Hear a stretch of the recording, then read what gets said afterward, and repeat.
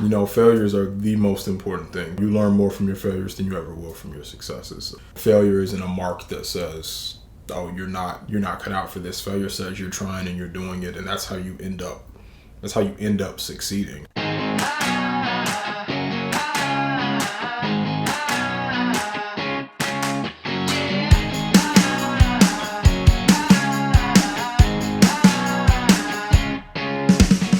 Welcome to the Sharing Passion and Purpose podcast, a weekly podcast providing career and creative inspiration to help you build a purpose-filled life.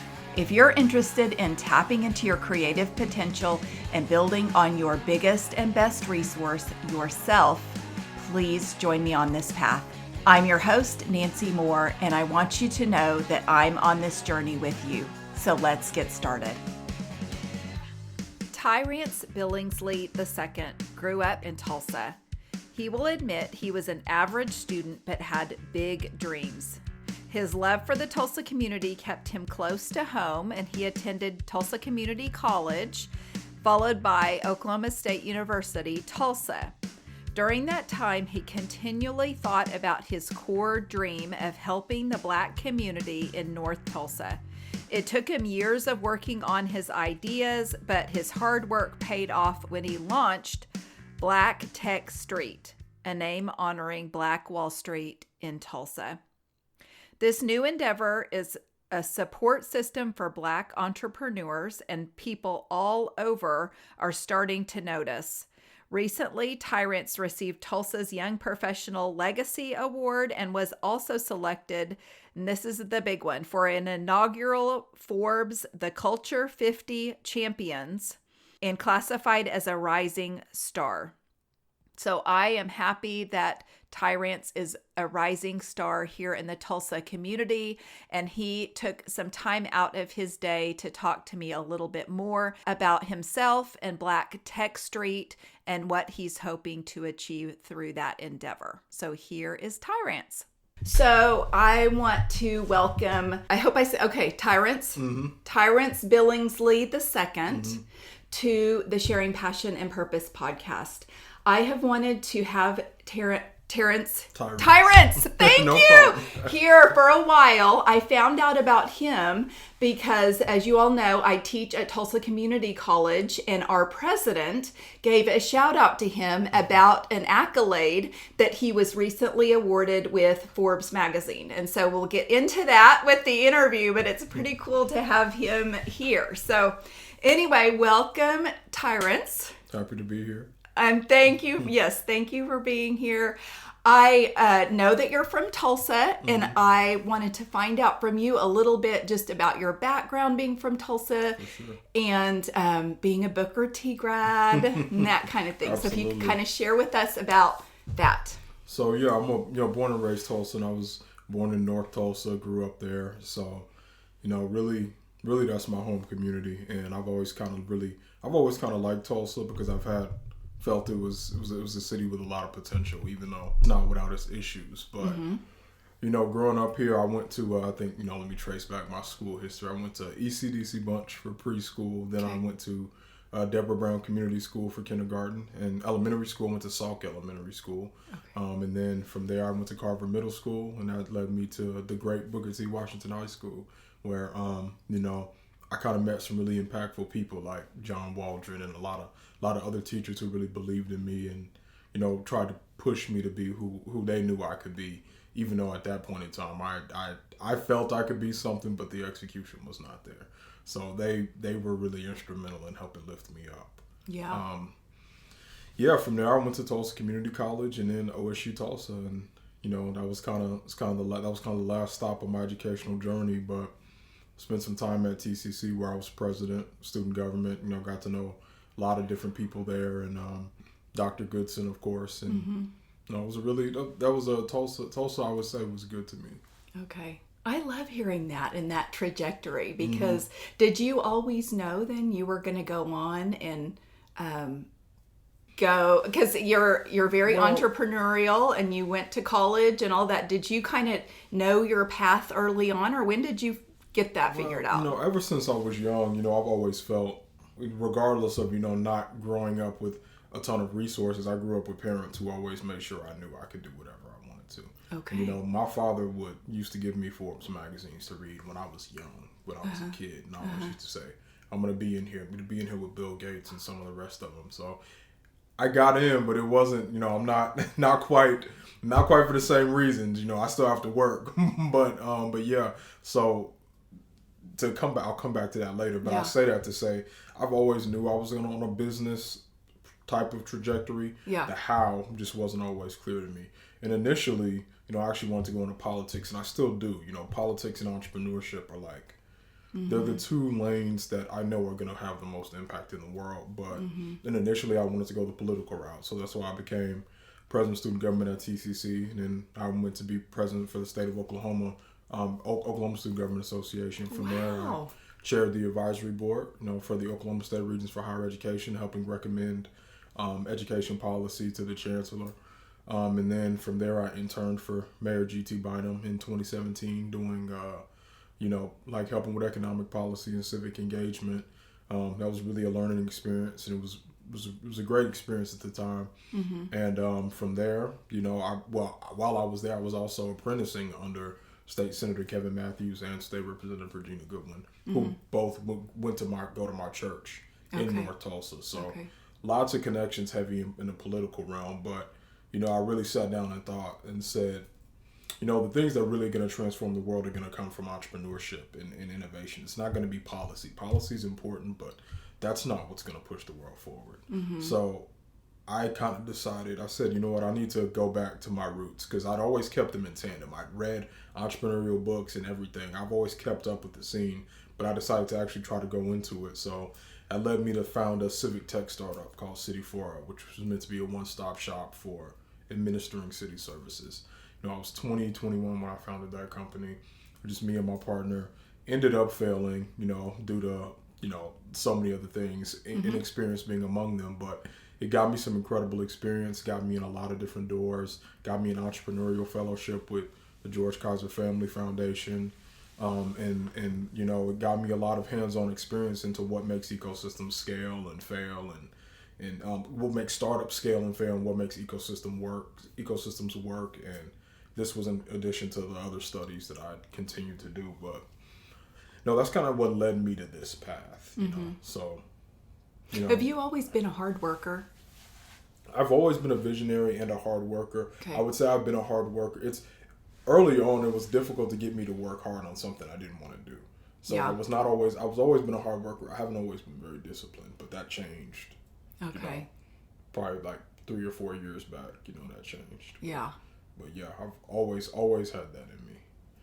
So I was going to ask you about failures, but you addressed that.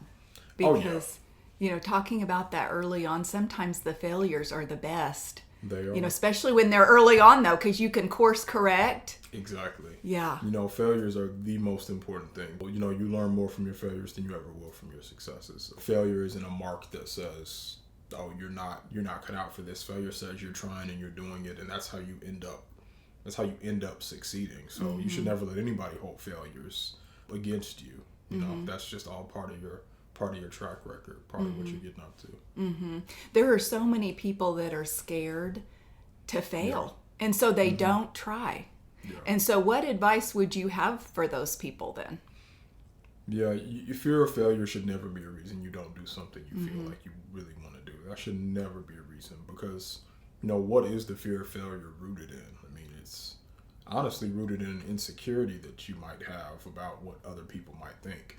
Now, when it comes to business, clearly you don't want to fail, because if you have financial investment in it and then you can't, sustain yourself, clearly that's something different. But even that, if you really believe in yourself and you know you can make it happen, and not just belief, but you know that your venture or whatever you're trying to do is built on principles that make businesses or organizations or whatever else successful, that's when you shut out the noise and you just go and make it happen. And even if you do fail, the experience you'll get from that will put you in a whole other world. My company, the company I was starting it, we hadn't even gotten our first customer when I decided that, this wasn't where we needed to go, but the platform had been built. We had customer talks. We had been talking to a lot of different cities. selling to cities is very difficult, by the way. I do not recommend it. But, you know, it was just so, it was an experience that made me say, you know what, let me think about what I'm good at, where my skills are. I know I can paint this vision. I know I can make things happen, and I know I can mobilize and catalyze action. What is an idea that I could have, that I have, or that I've, you know, thought about in the past, actually, because Black Tech Street was actually something that I thought about when I was a senior in high school. Wow. But okay. It wasn't flushed out, but yeah, right. That's actually something I thought about back then. But I said, you know, what could I do differently? Failing at City Fora helped me get to where I am right now with Black Tech Street, which is still in its very early stages. We're barely a year old, you know, still growing. Couple of remote employees, but getting ready to hire our first on the ground ones this year. Yeah. So still new, but making impact, doing what we can, trying to make things happen. Okay, I'm glad that's a perfect segue, because I want you to tell people about what Black Tech Street is. For sure. And why you founded that. For sure. So being a born and raised Tulsan and being a relative of race massacre survivors, you know, I kind of asked myself the question, what could Black Wall Street have been had it been supported and not destroyed? You know, looking at the level of tenacity and resilience that it took for these incredible entrepreneurs to build these businesses during Jim Crow, it reminded me a lot of the tech industry and, you know, that smashing through walls, out of the box thinking. And when I coupled that with the fact that tech is one of the only industries you can build intergenerational wealth in 7 and 10 years in via successful company exits because of their high multiples. Tech is the core medium through which global innovation takes place, and new markets for wealth creation are popping up every year, and that's going to continue to be the case for the foreseeable future. And then the fact that there are going to be 4.3 million vacant tech jobs due to a tech talent shortage. These jobs are going to pay anywhere from 80 to 100K a year. I not only saw an incredible, that coupled with the low barriers to entry and, you know, just how tech is really infiltrating all our walks of life. I not only saw an incredible wealth building opportunity for Black people, I kind of saw the Black Wall Street vision push to a new horizon. So I kind of said, had Black Wall Street been supported and not destroyed, I think it would be nothing other than a premier Black tech hub or Black tech, you know, innovation economy. So that's where the name Black Tech Street came from. That's what our mission is, trying to rebirth Black Wall Street as a Black tech hub, but also we kind of want Black Tech Street to serve as this banner for a movement that sees Black people embrace tech and STEM to build wealth and impact the world and kind of really transform our economic position in the country. So, I love what you're saying, and I mentioned that I feel like you're a change maker, because there are people who, because it was a travesty, like unbelievable, horrific massacre in 1921, and so the fact that things now are finally, within the past few years, I feel like coming to light with things, when things like conversations start happening and people start doing things like you to move forward and really instill some development and change, everybody needs to be behind that. And that's not just here in Tulsa. I think this is going to be really big in other places, other cities, but here in Tulsa, there's a lot of mending, a lot of bridge building. There's a lot that needs to happen. But instead of you just talking about it, you have taken that step and you are making that change happen. And that's incredibly positive, incredibly exciting for many, many people. And it's been recognized by Forbes. So I want to talk about that. And it's funny, you kind of brushed it off a little bit. Like when you said, my dad got me Forbes when I was younger. There's not many people who can say they have been in Forbes magazine, let alone receive an award from Forbes. So huge congratulations to you. That's amazing. But if you could tell us about that award and maybe how that came about. Totally. So the award that I got, I was among the 50 champions. Forbes The Culture, which is a part of Forbes that specifically focuses on Black and brown people doing incredible work. They had this was the inaugural list, so this was the first of the list, and it'll be every year since then. But this was the first list. They took 50 and identified 50 individuals who were doing work in different communities, whether it be through programming or storytelling, to uplift, people in their communities. And I was identified as one of those 50 champions. So it was an absolute honor to be included. Felt surreal. Imposter syndrome never goes away, no matter how successful you get or how much you do or how hard you work. It's like, wow, is this, So that just made me say, well, this is for my community. This is for anybody in North Tulsa who thinks that you can't do anything, because you absolutely can. Because there's nothing special about me. I'm good at storytelling, speaking, and I have vision, but those are things that anybody can really cultivate if they really want to, especially people where I'm from, because we've had to do it for so long. So, that was a truly a highlight of the past year, and it's kind of continued. So you also received, that's amazing. Thank you. You also received something, and I don't know if I have it down from Typros. Yes, what was the that? Legacy Award. Okay. So, an award to honor somebody who they feel has left is gonna leaving a legacy in Tulsa, and honored because I do feel the Black Tech Street work. I mean, outside of the programming, just the storytelling about it has sparked so many other organizations to pop up and kind of focus on Black tech and entrepreneurship, and that's the real goal. Black Tech Street is doing some very good work, but probably the most impactful thing will be this narrative being used to inspire other people to do very similar work. So that's really, I think that's where that Legacy Award, really came from. Okay, that's awesome. Okay, let's talk about the impact then. And I know specifically that you had written something in your Instagram about the narrative about inspiring young Black males or young Black children. Sorry, yes. And so anyway, so if you could speak to that, because again, with you being a change maker, people are looking to you and looking up to you.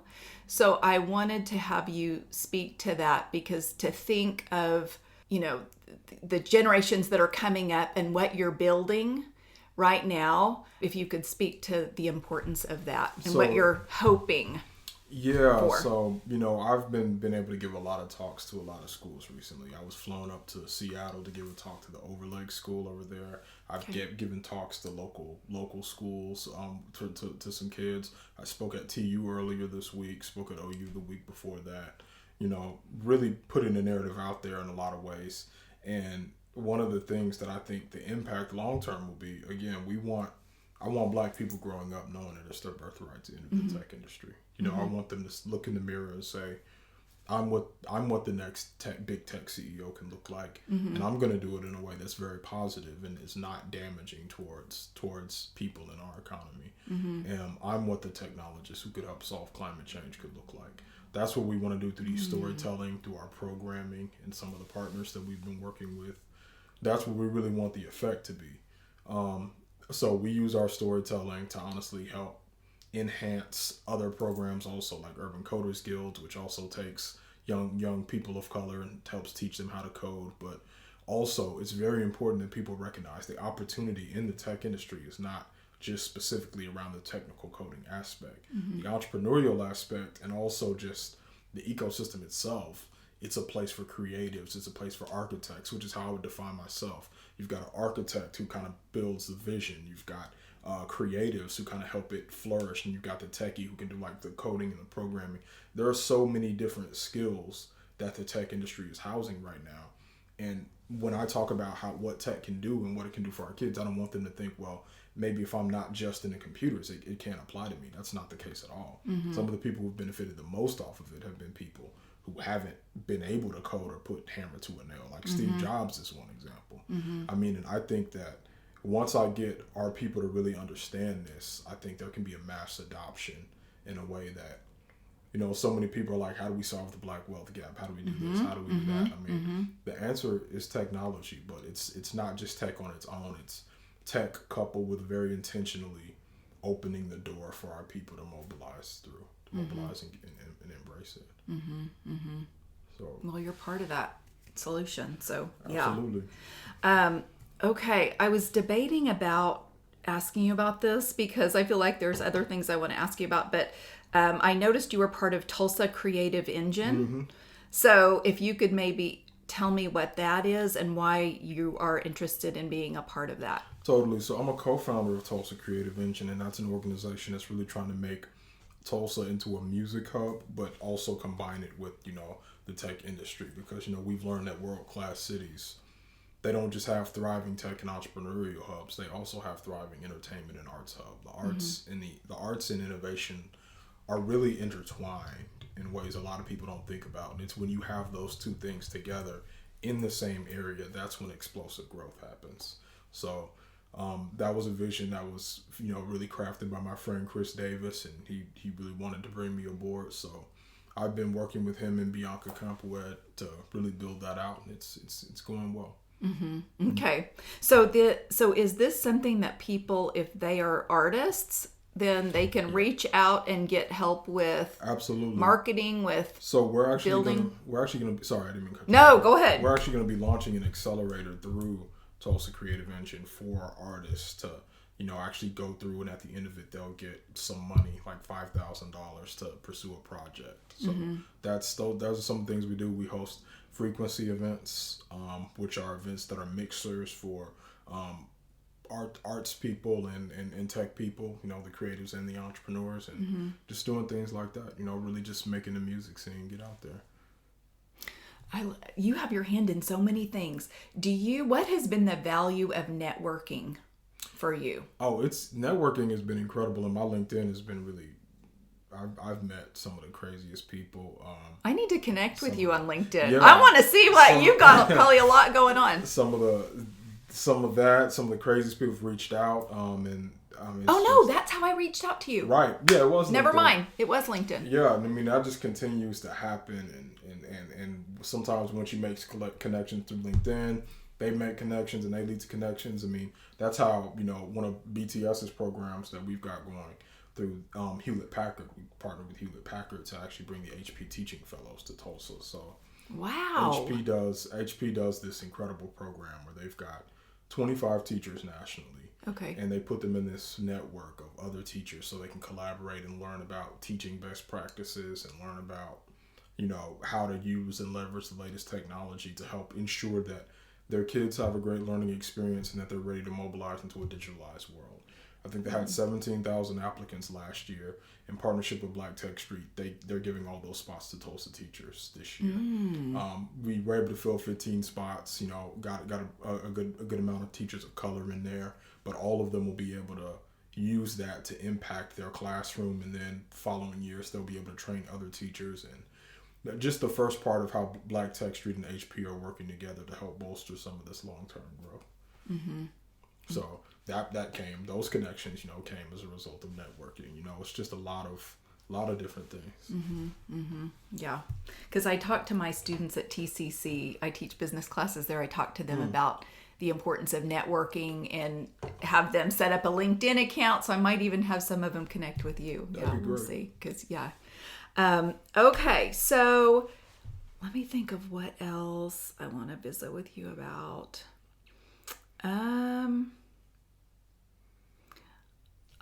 You've mentioned some different names, but did you have a mentor growing up?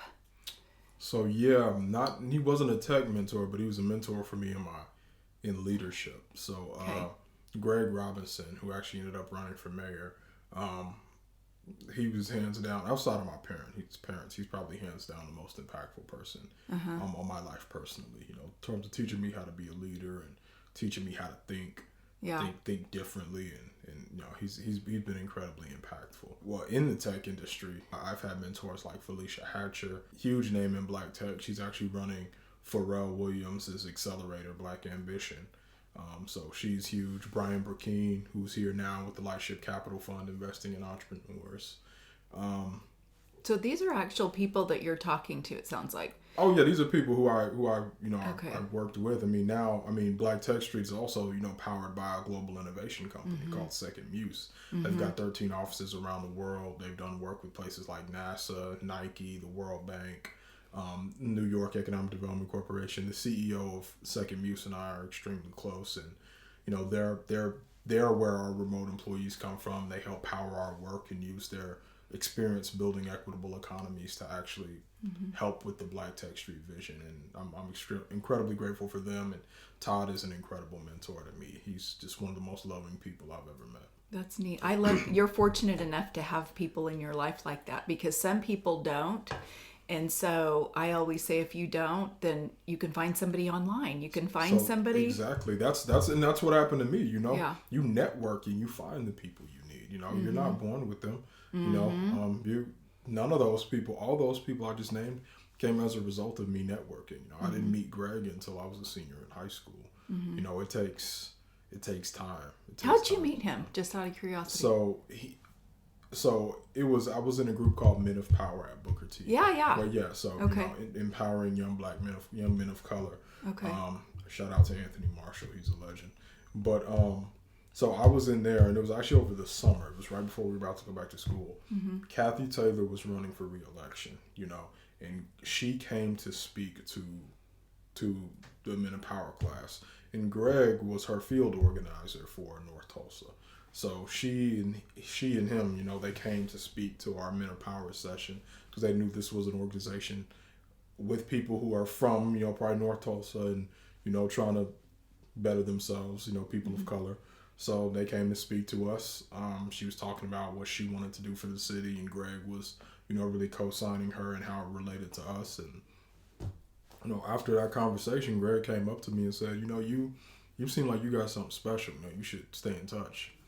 And we did, and now he's like my big brother. That's exactly how it happened. I love that he reached out to you, but you probably then you took that step knowing he said, let's keep in touch. I'm going to. Oh yeah, I did. Definitely. Yeah. Definitely.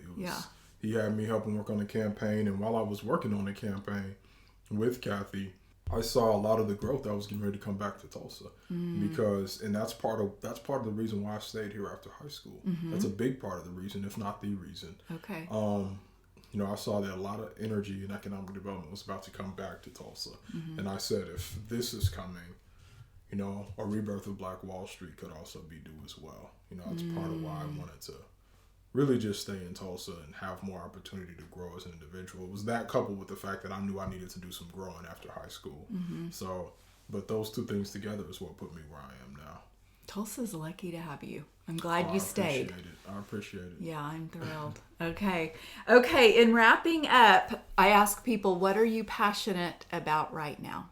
Well, I'm passionate about this vision, but I'm really passionate about, I have an outlook on life that says human beings are here to do two things. We're here to love other people and find ways to be positively creative. And I feel like I have an outlet that's allowing me to do both of those things. So I'm really passionate about that outlet, which is Black Tech Street, that vision. And I'm also passionate about sharing those ideals, because I think that, I'm a person of faith, and, God is love and creativity. Those two things together make human experience beautiful. It makes the world change. It makes the world, so that's my passion. I'm extremely passionate about that. I love it. Okay, that's a good way to wrap up. Thanks for being here. Absolutely. I appreciate it so much. Thank you. Can't wait to see what else you do. Yeah, we'll see. Love it. Okay, everybody, that's a wrap on this week's episode. I want to thank you for listening to the Sharing Passion and Purpose podcast. It means the world to me, and I'd love to connect with you. Please follow me on Instagram, Facebook, and LinkedIn at Sharing Passion and Purpose, and Twitter at Passion Sharing. Also, if you like this podcast, it would mean a lot to me for you to subscribe, rate, and review it. And as always, all my show notes will be available on my website, sharingpassionandpurpose.com.